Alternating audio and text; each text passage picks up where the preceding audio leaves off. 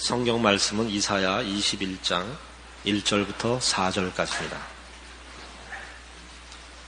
이사야 21장 1절부터 4절까지입니다.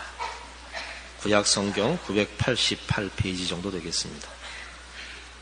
이사야 21장 1절부터 4절까지입니다. 해변 광야에 관한 경고라. 적병이 광야에서 두려운 땅에서 남방 회리바람같이 몰려왔도다. 혹독한 묵시가 내게 보였도다. 주께서 가라사대 속이는 자는 속이고 약탈하는 자는 약탈하도다.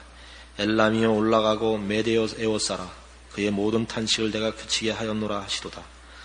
이러므로 나의 요통이 심하여 임산한 여인의 고통 같은 고통이 내게 임하였으므로 고통으로 인하여 듣지 못하며 놀라서 보지 못하도다. 내 마음이 진동하며 두려움이 나를 놀래며 희망의 성황이 변하여 내게 떨림이 되도다. 이사야 13장에서 20장에 걸쳐서는 열방의 심판을 예언하면서 그 심판의 초점이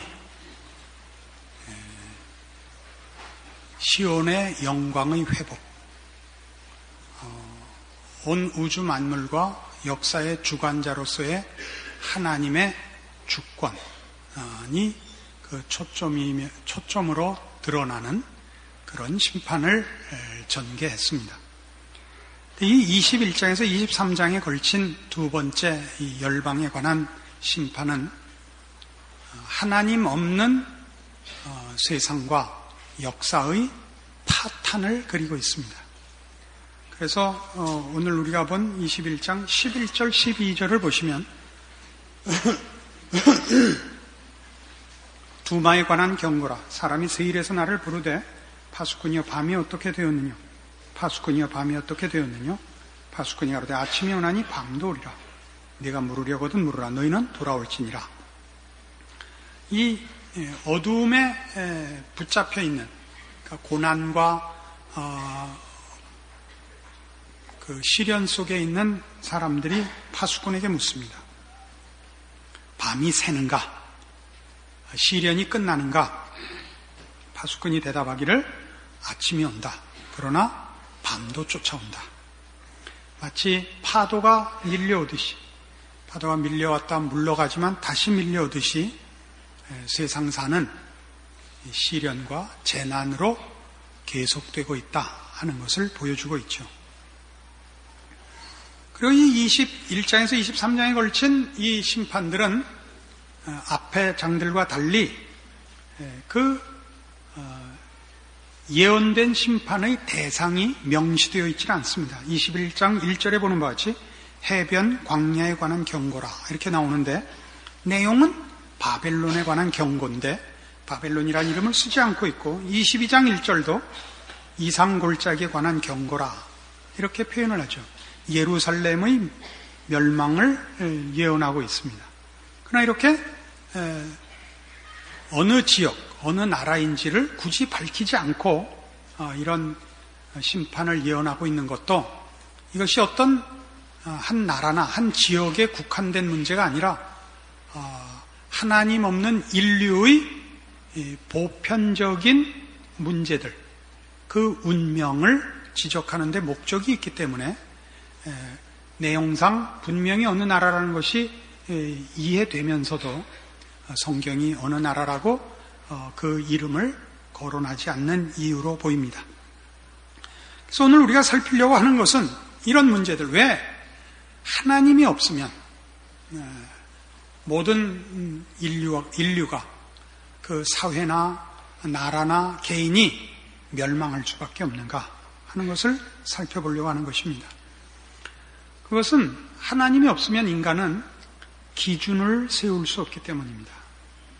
하나님만이 절대 기준을 주실 수 있는 진리와 생명이시기 때문이고 하나님 없는 인간은 하나님만이 가지고 계시는 이 절대적인 진리와 권위를 가질 수가 없고 다 상대적이고 다 개인적이며 이기주의라서 자기를 이롭게 하는 이기심에 근거한 기준을 원하기 때문에 인류는 그 파멸을 면할 수가 없는 것입니다. 우리가 살고 있는 지금 이 시대, 우리의 이 나라도 지금 우리가 겪고 있는 것은 바로 이겁니다. 나라가 혼돈 속에 빠져 있죠. 그건 무슨 정치나 사회 전반에 걸쳐서 무슨 질타를 하자든가 시비를 걸자는 것이 아니라 왜 그런가를 생각해 보십시오. 모두가 자기 욕심을 주장하고 있기 때문이죠. 그걸 희생하고 양보하는 것은 죄인된 인간에게는 불가능한 것이기 때문입니다. 우리가 가지는 기준은 다 나 편한 것이지 상대방 편하라고 내 기준을 양보하거나 희생하는 자를 예수를 믿지 않는 사람에게서는 찾아볼 수 없습니다. 예수를 믿는 자에게만 가능한 일이죠. 로마서 1장에 가보시면 바로 이런 하나님 없는 죄인된 인간들의 필연적인 그 부패상을 로마서 1장에서 이렇게 설명하고 있습니다. 신약성경 240페이지 로마서 1장 28절입니다.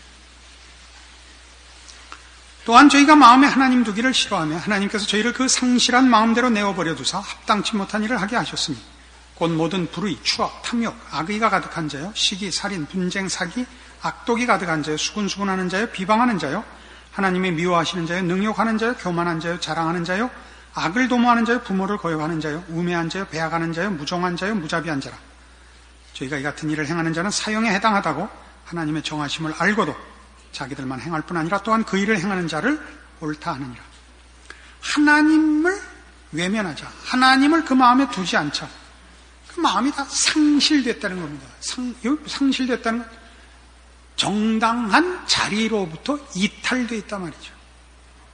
그래서 도덕적 표현으로 하자면 불의, 추악, 탐욕, 악의, 시기, 살인, 분쟁, 사기, 악독이 됐죠.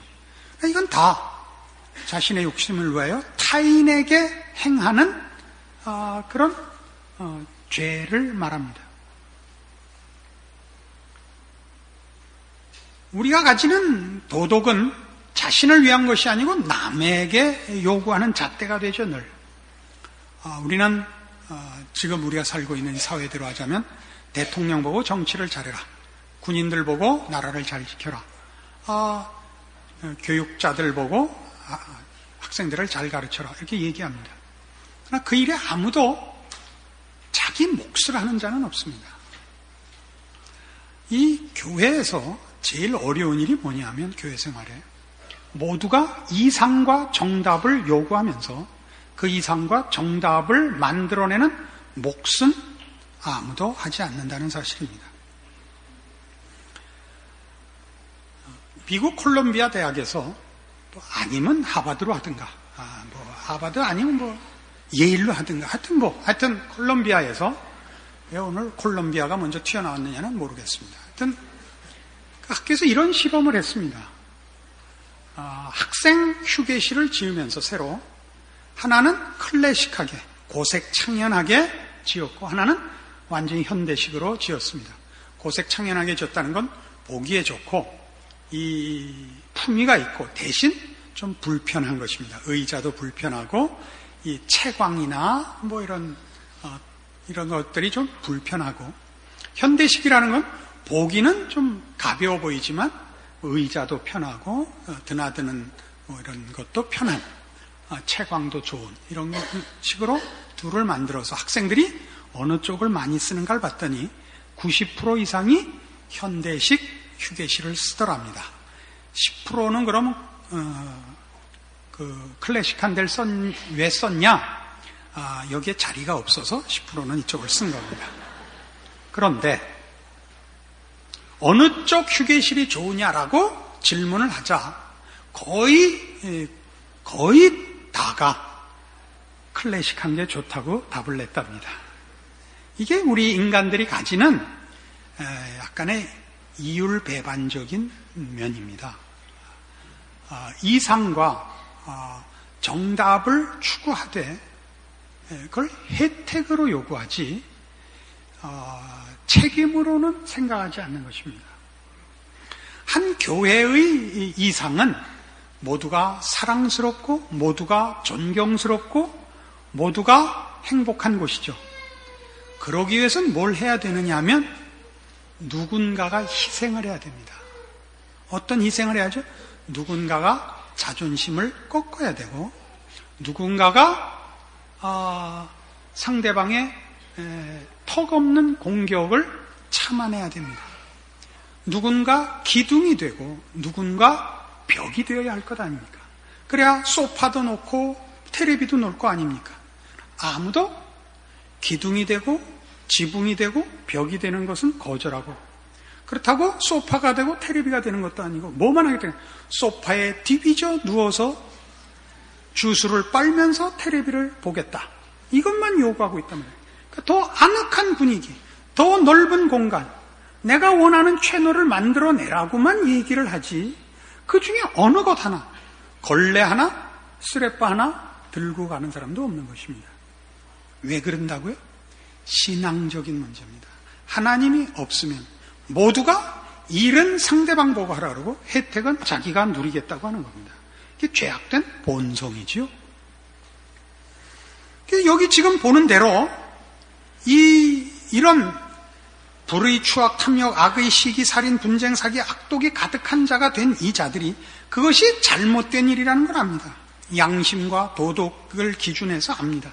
그러나 그런 일을 행할 뿐만 아니라 그 일을 행하는 자를 옳다고 한답니다. 이 말도 안 되는 것 같으죠? 여러분 자녀를 그렇게 기르잖아요. 여러분 자녀가 정직하고 지구 오면 참아요? 눈을 똑바로 뜨고 가르치죠. 너 그렇게 해갖고 어떻게 살려고 그래? 응? 왜 네가 양보해? 넌 병신이야?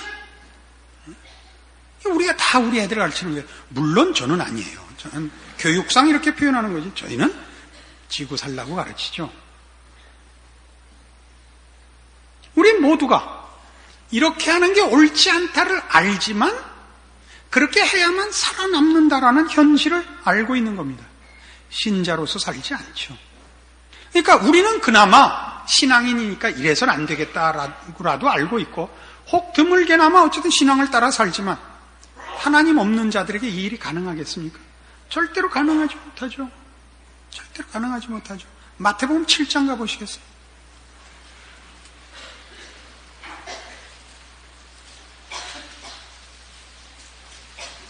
마태복음 7장 7절. 구하라 그러면 너희에게 주실 것이요 찾으라 그러면 찾을 것이요 문을 두드리라 그러면 너희에게 열릴 것이니 구하는 이마다 얻을 것이요 찾는 이가 찾을 것이요 두드리는 이에게 열릴 것이니라. 너희 중에 누가 아들이 떡을 달라 하면 돌을 주며 생선을 달라 하면 뱀을 줄 사람이 있겠느냐. 너희가 악한 자라도 좋은 것으로 자식에게 줄 줄 알거든 하물며 하늘에 계신 너희 아버지께서 구하는 자에게 좋은 것으로 주시지 않겠느냐. 그러므로 무엇이든지 남에게 대접을 받고자 하는 대로 너희도 남을 대접하라. 이것이 율법이요 선지자니라. 이 12절은 황금률이라고 일컬어지고 있는 기독교 신앙을 대표하는 구절입니다. 남에게 대접을 받고자 하는 대로 남을 대접하랍니다. 존경을 받고 싶으십니까? 그러면 남을 먼저 존경하려는 겁니다. 사랑을 받고 싶으십니까? 사랑하라 말이죠. 물론 그렇게 하나의 방법으로서 제시되어 있는 것이 아닌데 그 원리를 가르치기 위한 것입니다.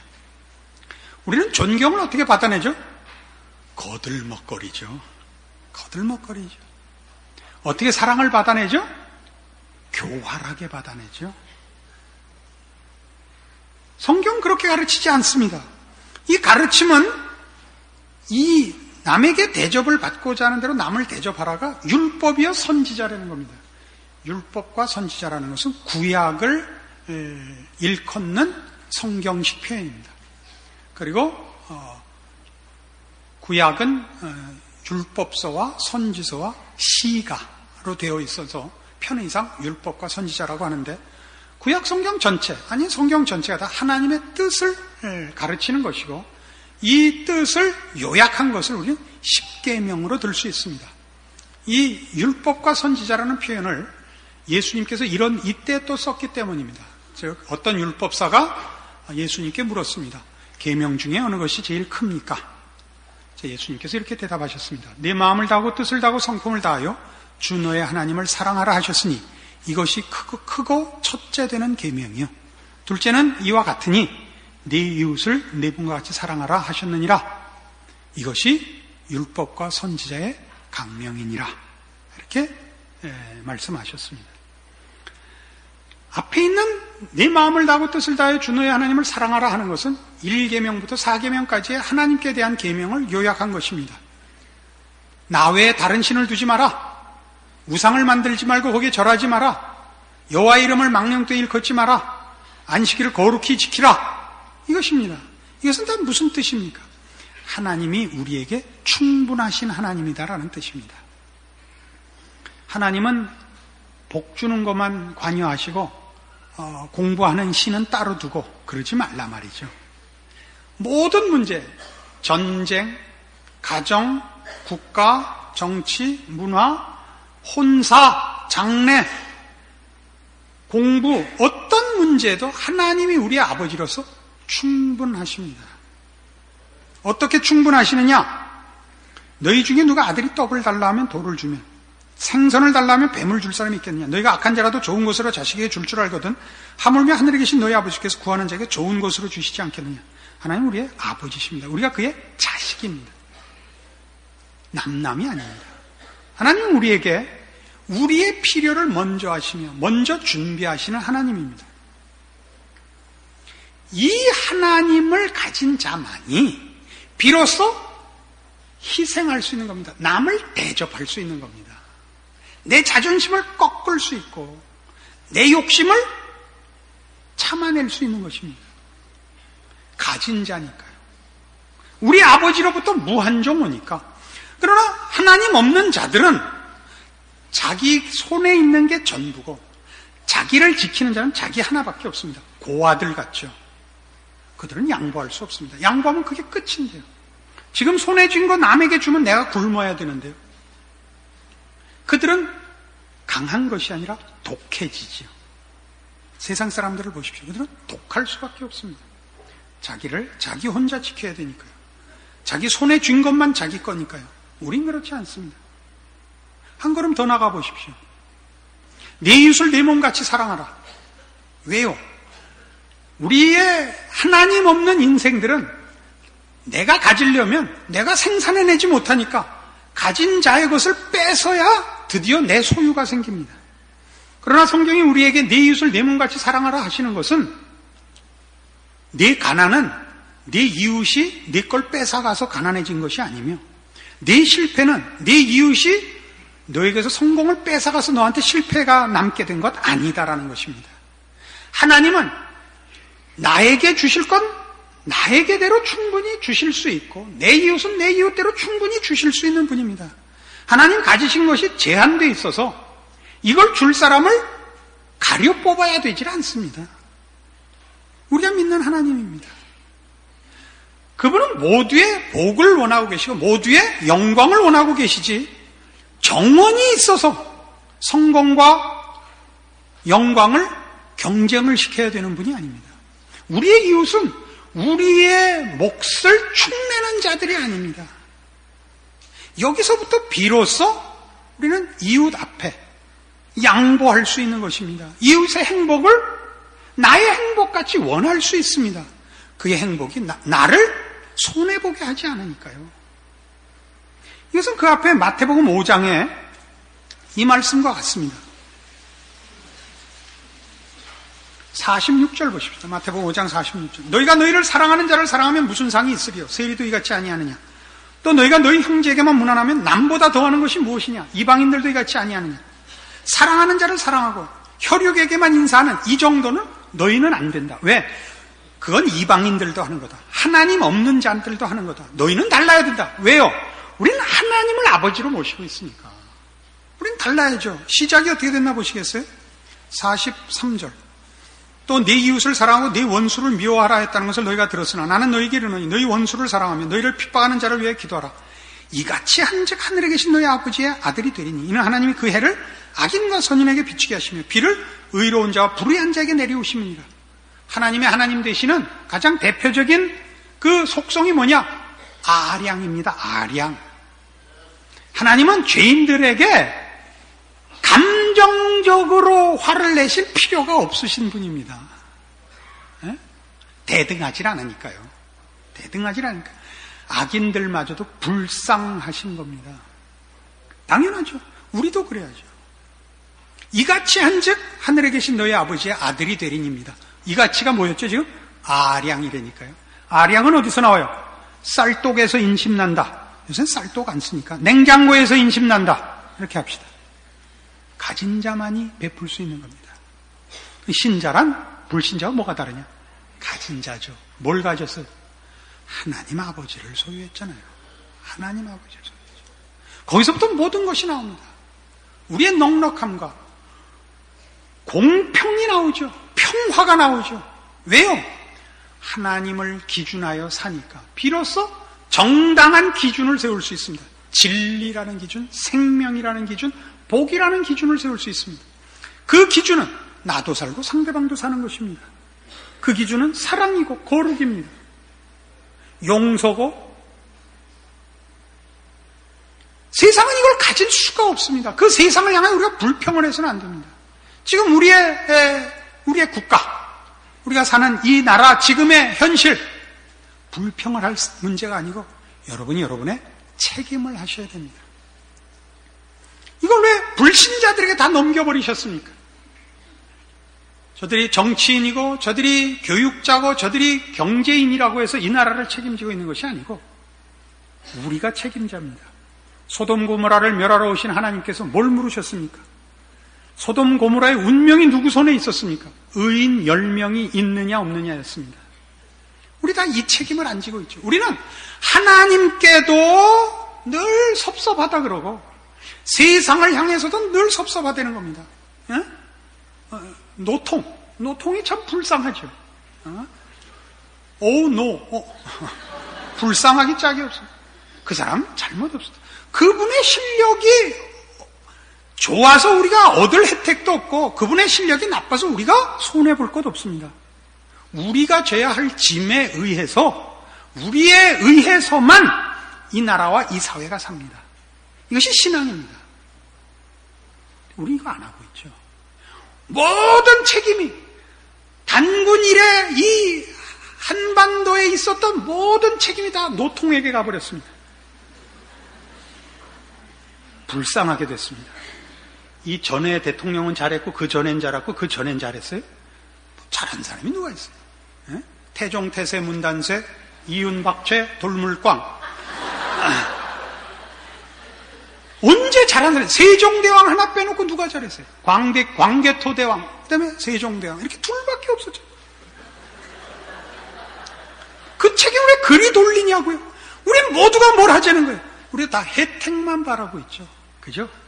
신자가 된다는 것은 자기 짐을 지는 것입니다. 자기 짐을 지는 것입니다. 세상은 뭐 어떻게 하자는 거예요? 나 가게 너 비켜. 나 먹게 너 비켜. 이거죠. 요새는 유치원에서도 영어를 조금씩 가르치죠. 그래서 어느 어린아이가 유치원에서 매일 영어를 한마디씩 배웁니다. 부모가 묻습니다. 오늘은 뭘 배웠냐? Excuse me. 무슨 뜻인지는 아냐? 응? 뭐냐? 저리 비켜! 세상은 이거예요. 세상은 excuse me가 저리 비켜고 우리만이 excuse me가 신뢰합니다입니다. 이 책임을 지키셔야 됩니다. 여러분만이 소돔 고모라를 살려내는 사람입니다. 이 나라와 이 시대를 살려내는 사람입니다. 여러분이 왜 하필 이런 나라, 하필 이 시대냐고 여러분이 불평을 하신다면 여러분은 게으른 사람이고 여러분은 분별이 없는 사람입니다. 이 시대야말로 더 신앙이 필요하고 하나님의 사람이 필요하기 때문에 나를 이 시대에 태어나게 했구나 라고 생각을 하셔야죠. 그것은 여러분이 어느 곳에서 사나 늘 가져야 하는 생각입니다. 교회에서도 직장에서도 가정에서도 한 나라의 국민으로서 그리고 이 시대를 사는 세계인으로서 여러분이 가져야 할 신자된 안목입니다. 내가 내 자리를 지키면 이 시대에 하나님의 은혜를 결실할 수 있다. 이렇게 믿는 정당한 분별과 책임 있는 여러분의 신자된 자리매김이 있기를 바랍니다. 기도하십시다. 하나님 아버지 은혜를 감사합니다. 하나님께서 우리를 통하여 일하시며 우리 안에 생명과 진리와 의와 거룩을 허락하셨습니다. 우리만이 절대 기준이 있고 절대 목표가 있고 그것을 가능케 하는 십자가를 지는 희생이 가능합니다. 이 일을 우리는 다 외면하고 있었다 고백할 수밖에 없습니다. 우리가 몸담고 사는 이 사회, 이 나라에서, 이 시대에 지금이야말로 성도들이 자기 몫을 할 때입니다. 나가서 남들에게 정답을 외칠 것이 아니라 우리가 정답대로 살아야 합니다. 우리 희생하며 용서하며 기다리며 그리고 남을 위하여 기도해야 합니다. 이 책임을 감당할 믿음을 주시옵고 그리하여 우리를 이 시대에 살게 하신 하나님의 뜻이 우리를 통하여 결실하는 복된 인생들이 되게 하여 주시옵소서. 예수님 이름으로 기도합니다. 아멘.